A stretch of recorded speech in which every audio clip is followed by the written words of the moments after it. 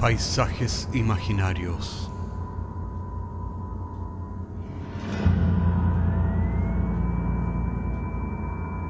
Una producción Cortés Rojas.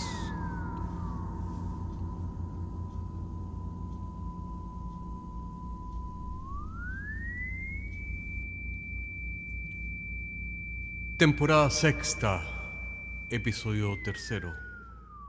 La historia de Lázaro. Originalmente la palabra apócrifo, del griego apócrifos, escondido, secreto, no significaba lo que es espurio o falso, al menos en la mente de los primeros que emplearon esta palabra. Algunas de esas obras pasaban entonces por canónicas, según atestiguan San Jerónimo y San Agustín. Al principio, un evangelio apócrifo revestía un carácter demasiado sagrado y misterioso para que fuera conocido por todo el mundo. Debía estar escondido, apócrifos, al gran público y permitido solamente a los iniciados.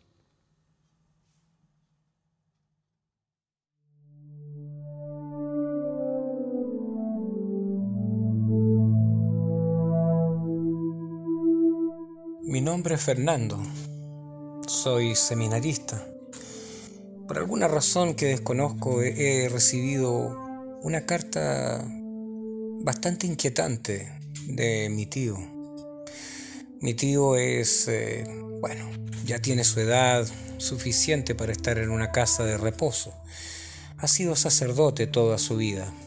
Como ustedes verán, pertenecimos a una familia donde ha habido muchos que se han entregado en cuerpo y alma a la iglesia.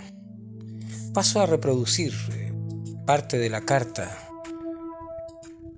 para ustedes, para que puedan entender los acontecimientos que se desencadenaron a raíz de este comunicado.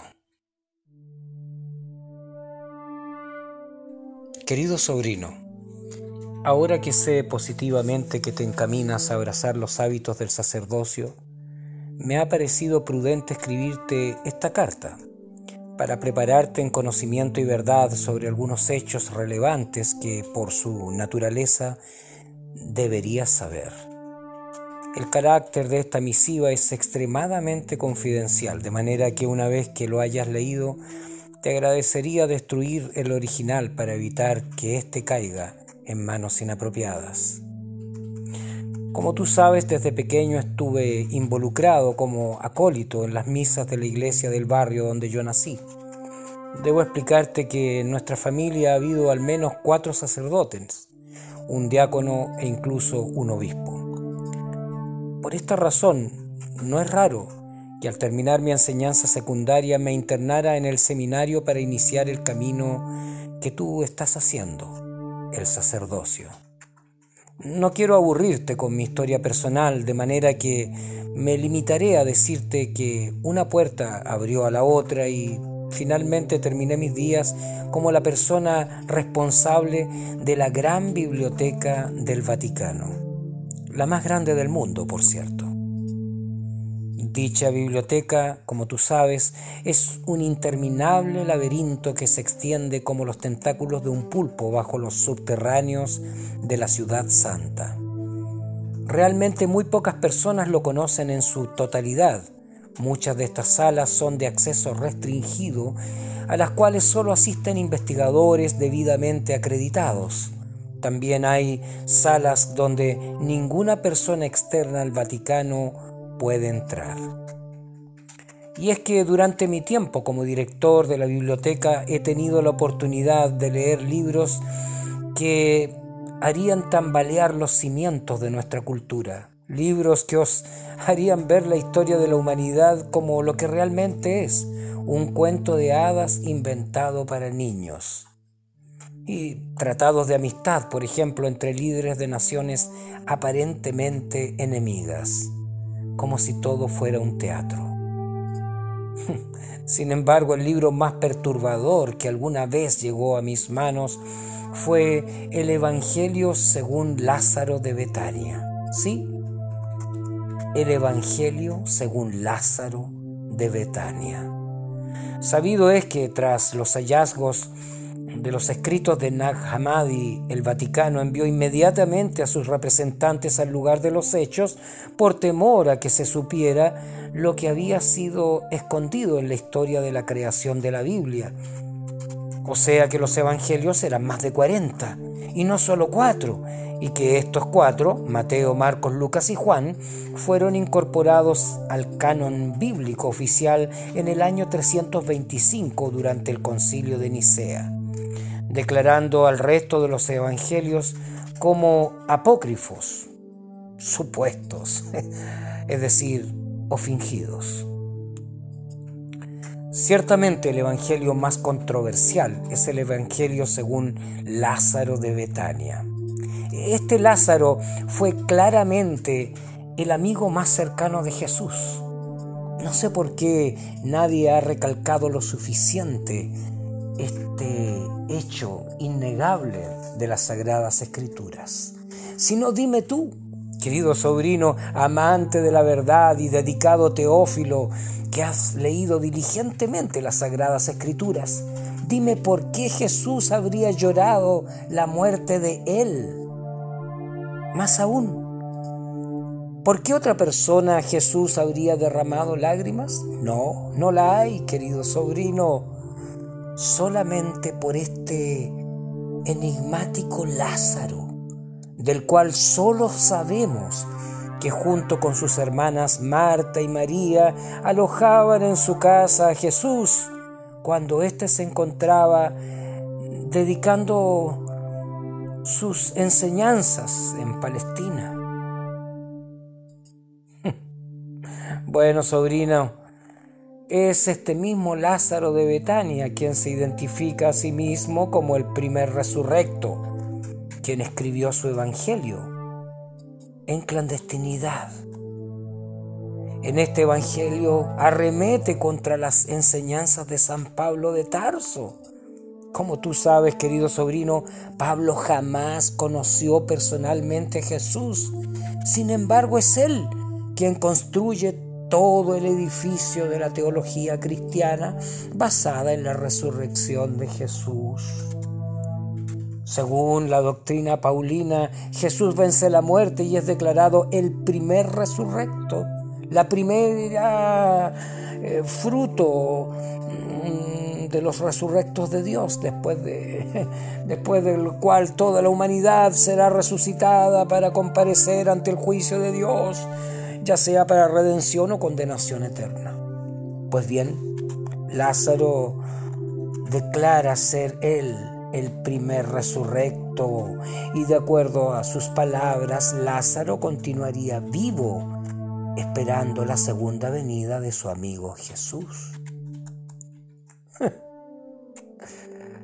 Pero, querido hermano en Cristo, sobrino, si esto es cierto, dime, ¿dónde crees que se encontraría Lázaro actualmente? Siguiendo la pista histórica de este acontecimiento en las bibliotecas del Vaticano, averigüé, según algunos escritos gnósticos de la época, que parecen corroborar mi hipótesis de que el resurrecto habría sido una piedra en el zapato para todas las iglesias cristianas inauguradas por Pablo de Tarso. Al parecer, el amigo de Jesús habría predicado un evangelio totalmente diferente al proclamado por Pablo. Algunos escritos nos dan a entender que su sola presencia se habría vuelto intolerable para aquellos celosos cristianos que sostenían la tesis de Pablo, al punto que habría habido la intención de eliminar a este molesto testigo de la vida del maestro de Galilea y su mensaje políticamente incorrecto para las fuentes oficiales del cristianismo paulino. Pero Lázaro, por lo que he visto, sobrevivió a todos los atentados en su contra. confirmándose así que su resurrección habría sido definitiva. Luego, en otras averiguaciones, posteriores cronistas franceses localizan a un tal Lázaro apodado el Resurrecto en el sur de Francia, donde se practicaba el cristianismo cátaro, como tú sabes, que luego sería eliminado de la faz de la tierra por la Iglesia de Roma, a la cual servimos nosotros. No digo esto con el afán de criticar a la Santa Iglesia, es solo que quiero que sepas a dónde han conducido mis investigaciones, querido sobrino. En los días de hoy quiero decirte que Lázaro está vivo y protege su identidad bajo una identidad ficticia. Sabemos que el primer resurrecto es ligeramente millonario y, cómo no, después de más de 2000 años de existencia ha ido acumulando algunas propiedades que le permiten vivir despreocupado de las necesidades materiales que tanto agobian la existencia de la mayoría de los seres humanos. Creo, querido sobrino, que tu formación cabal como sacerdote nunca estará completa hasta que conozcas a este Lázaro de Betania. Me atrevo a entregarte en sello franqueado y bajo el lacre del Vaticano las pistas que te permitirán dar con su paradero. Espero que tengas a bien esta noticia, que yo sé que es inesperada para ti, pero nobleza obliga, como dice el dicho. Y me veo en la necesidad de advertirte sobre algunas cosas controversiales de nuestra amada Iglesia, y que las sabrás por la boca del mismo Lázaro de Betania. Luego de leer esta misiva, quedé absolutamente anonadado. ¿Este tal Lázaro habría realmente existido?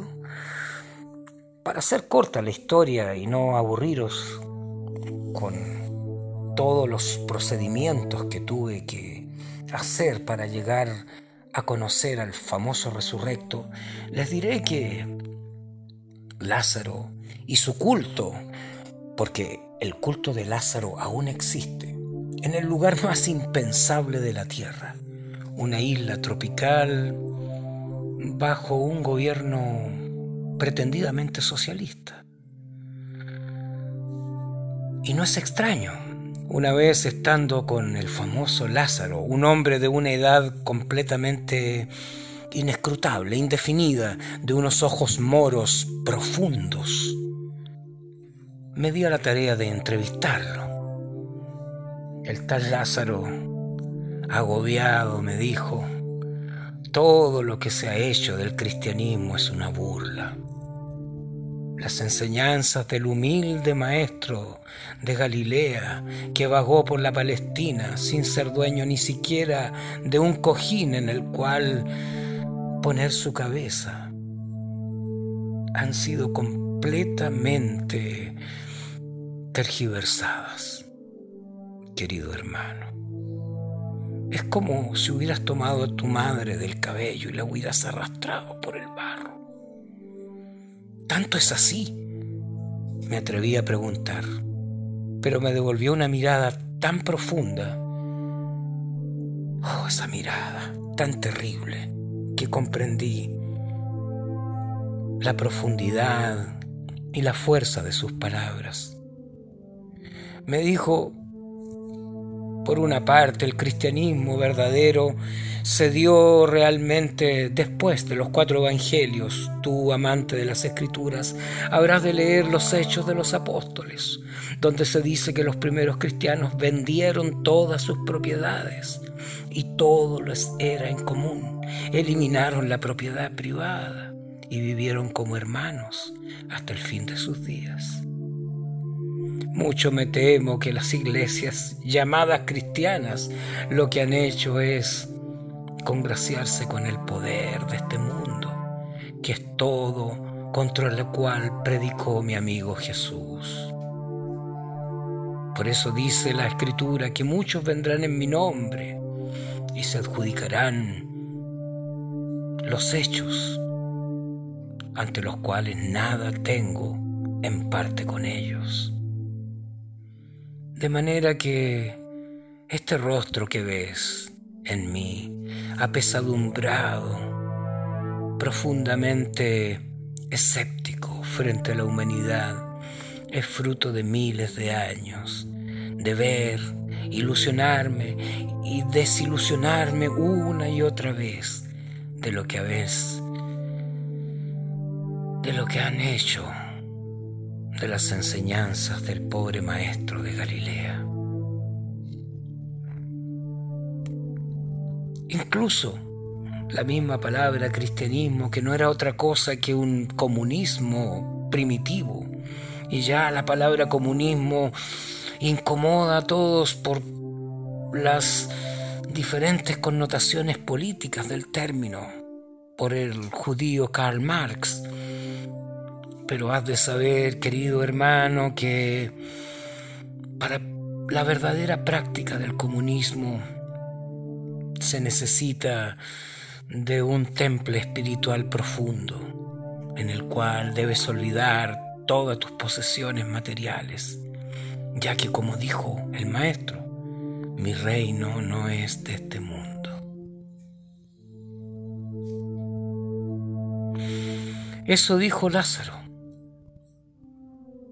y me marché de su casa, una casa humilde a pesar de todos los bienes materiales que poseía y que por alguna razón sé que los compartía con otras personas.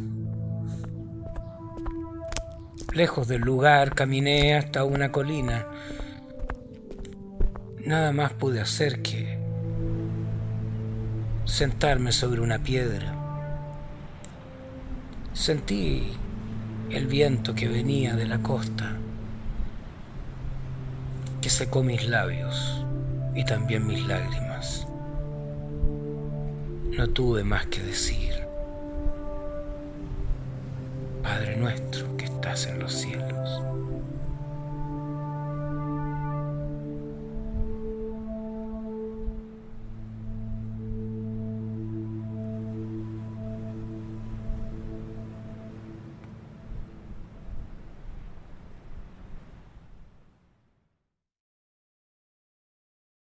Y la pregunta que queda en el aire: si Cristo no es el primer resurrecto, entonces, ¿quién abre la puerta de los cielos?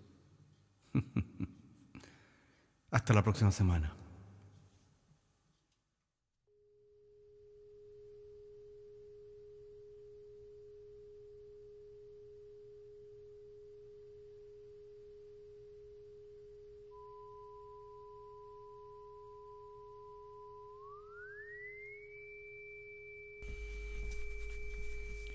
Paisajes Imaginarios es un podcast semanal que se distribuye con una licencia pública general. Puedes encontrarnos en iTunes, Spotify o donde quiera que escuches podcasts.